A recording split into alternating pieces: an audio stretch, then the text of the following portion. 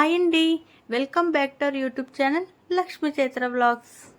ఈరోజు మన కిచెన్లో తెలంగాణలో ఎంతో ఫేవరెట్ అయిన సర్వపిండి అప్పాలైతే చేస్తున్నాను. వీటిని స్నాక్స్లోకి చేసుకొని తిన్నా లేదా బ్రేక్ఫాస్ట్గా చేసుకొని తిన్నా చాలా బాగుంటాయి. అలాగే వీటిని చేయడానికి పెద్దగా టైం కూడా పట్టదండి. మరొకటి ఏంటంటే వీటిని చాలా రకాలుగా అంటుంటారు. సర్వపిండి అని, మెత్తని అప్పచ్చీలని, తాపిలంటూ, తపాలా, తాలిపీడ్ ఇలా ఎన్నో రకాలుగా అయితే పిలుస్తారు.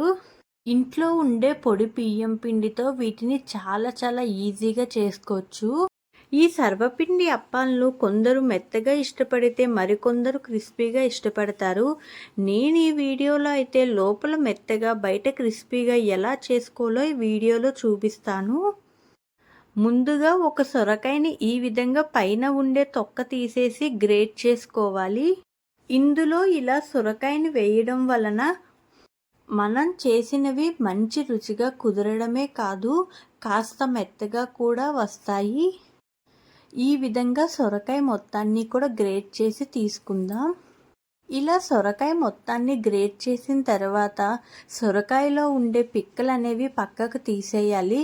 ఇవి కానీ ఉంటే మనం చేసేది అంత పర్ఫెక్ట్గా రాదు. ఇప్పుడు ఒక మిక్సింగ్ బౌల్ అనేది తీసుకొని మనం ముందుగా గ్రేట్ చేసుకున్న సొరకాయ మొత్తాన్ని కూడా ఇందులో వేసుకోవాలి. ఈ సొరకాయ తురుము అనేది 1 కప్పు దాకా ఉంటుంది. మొత్తాన్ని కూడా ఈ మిక్సింగ్ బౌల్లో అయితే వేసుకోవాలి.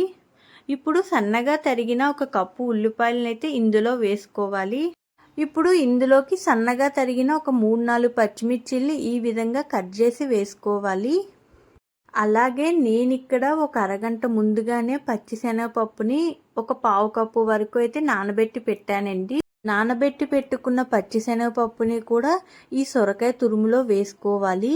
ఇందులోకి 1 టేబుల్ స్పూన్ కారం, రుచికి సరిపడినంత ఉప్పు, ముందుగానే వేయించి పెట్టుకున్న శనగ పలుకులు కూడా వేసి మనకి ఫ్లేవర్స్ అనేది చాలా బాగా తెలియడం కోసం కొంచెం సన్నగా తరిగిన కొత్తిమీర, అలానే కొంచెం ఒక 2 రెమ్మలు కరివేపాకుని ఈ విధంగా చించైతే వేసుకోవాలి.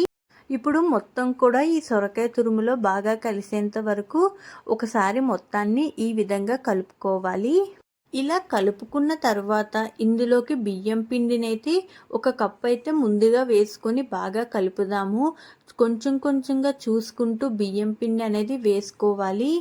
ఇలా మనం కలిపేటప్పుడు దీనిలోకి వాటర్ అనేది ఏమీ అవసరం లేదు. సొరకాయ తురుములో ఉండే వాటర్తోనే మనం మొత్తాన్ని పిండి ముద్దలాగైతే చేసుకుందాం. ఇలా మొత్తం కలుపుకున్న తర్వాత ఇంకా మనకి బియ్యం పిండి అనేది అవసరం పడుతుంది అనుకుంటే మరికొంచెం బియ్యం పిండి అనేది వేసుకొని మొత్తం కూడా పిండి ముద్దలా అయ్యేంత వరకు కలుపుకోవాలి.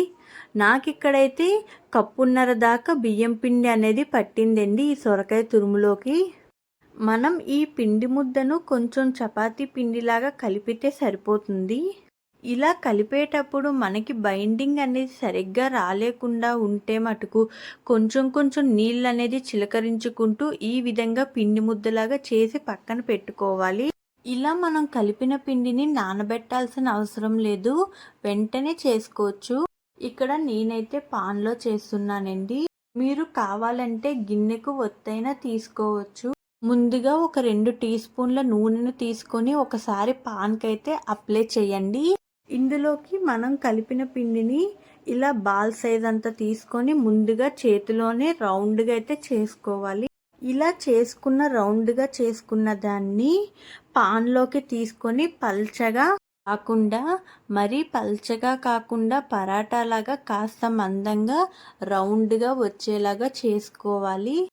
అంచులు ఏమైనా పగిలినట్టు అనిపిస్తే కొంచెం సరి చేసుకుంటూ ఇలా రౌండ్గా తీసుకోండి. అలాగే ఇది మంచిగా కాలడానికి అక్కడక్కడ హోల్స్ చేసి తీసుకోండి. ఇలా హోల్స్ చేయడం వలన ఇది మంచిగా ఈవెన్గా అయితే కాలుతుంది. ఇలా చేసిన రంధ్రాల్లోకి కొద్ది కొద్దిగా నూనెనైతే వేసుకోవాలి. ఈ సర్వపిండి అప్పాలైతే చాలా బాగుంటాయండి. టేస్ట్ ఒకసారి ట్రై చేయండి, మీకే నచ్చుతుంది. ఇప్పుడు స్టవ్ ఆన్ చేసి మనం చేసి పెట్టుకున్నది పాన్ అయితే పెట్టుకొని హై ఫ్లేమ్లో ఒక 30 సెకండ్స్ ఉంచాలి. తర్వాత మీడియం ఫ్లేమ్లో కుక్ చేసుకోవాలి. ఇలా మనం ఒకటి ఫ్రై అవుతున్నప్పుడే మరోటి పక్కనైతే చేసుకోవచ్చండి. ఇలా చేయడం వల్ల టైం అనేది చాలా సేవ్ అవుతుంది. ఈ పాన్ పైన కూడా ముందుగా మనం చెప్పుకున్నట్టే ఆయిల్ని అప్లై చేసి పిండిని తీసుకొని పల్చగా నొక్కాలి.